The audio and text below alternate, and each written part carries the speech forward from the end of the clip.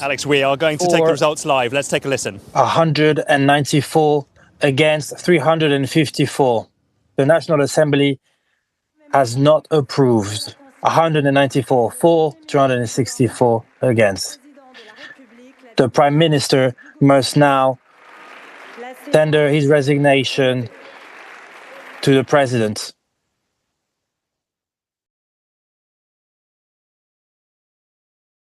The National Assembly in Paris, a chamber steeped in history, now gripped by tension.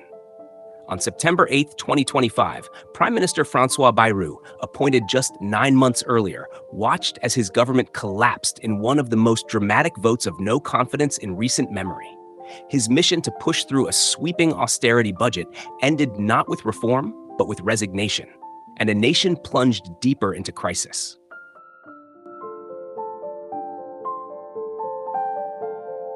Le gouvernement propose un plan pour aller vers le désendettement, pour que la France échappe en peu d'années à l'inexorable marée de dettes qui la submerge. En 4 années, et c'est un délai raisonnable dans la vie d'un pays et de ses habitants, ce n'est pas que nous n'aurons plus de dettes, mais notre dette n'augmentera plus. Et voilà le plan. Atteindre en 2029 le seuil de 3% des déficits publics annuels, seuil à partir duquel la dette n'augmente plus. Bayrou's downfall was tied to a bold, some say reckless, gamble. He presented a €44 billion austerity package aimed at reining in France's spiraling debt, which had climbed to over 114% of GDP. The measures were harsh, scrapping 2 public holidays, freezing social spending, and reducing subsidies. Bayrou argued these sacrifices were necessary to stabilize the nation's finances. But to many lawmakers, and to millions of French citizens, the package symbolized a government out of touch with the everyday struggles of ordinary people. Bayrou forced a vote of confidence, believing he could rally support from centrists and moderates. Instead, the move backfired spectacularly, exposing fractures across the political spectrum. Both the far left and far right united in opposition, and even allies turned their backs.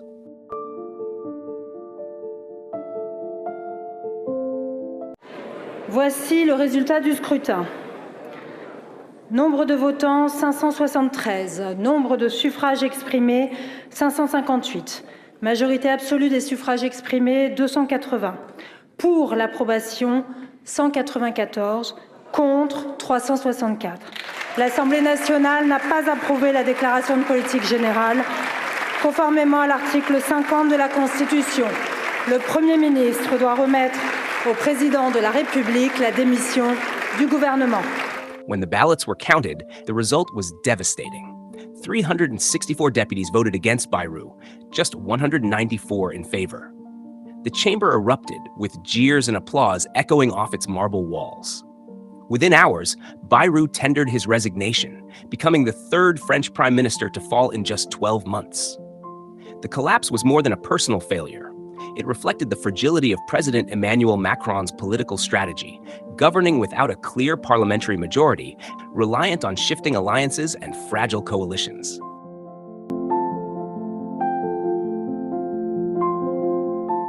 The political earthquake sent tremors far beyond the assembly.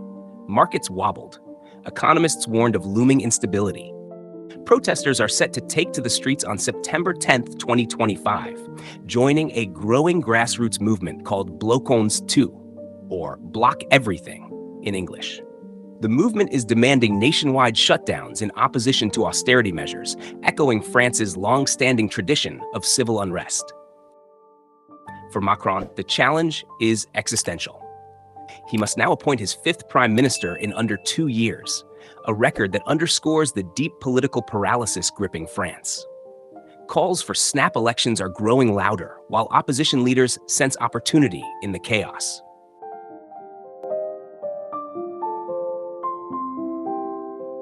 September 8, 2025, will be remembered not only as the collapse of François Bayrou's government, but as a turning point in France's democratic story.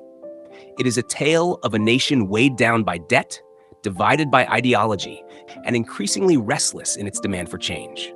France now stands at a crossroads, reform or gridlock, stability or upheaval. The tricolor still flies above the National Assembly, but beneath it, the foundations of governance appear more fragile than ever. Vive la République! Et vive la France!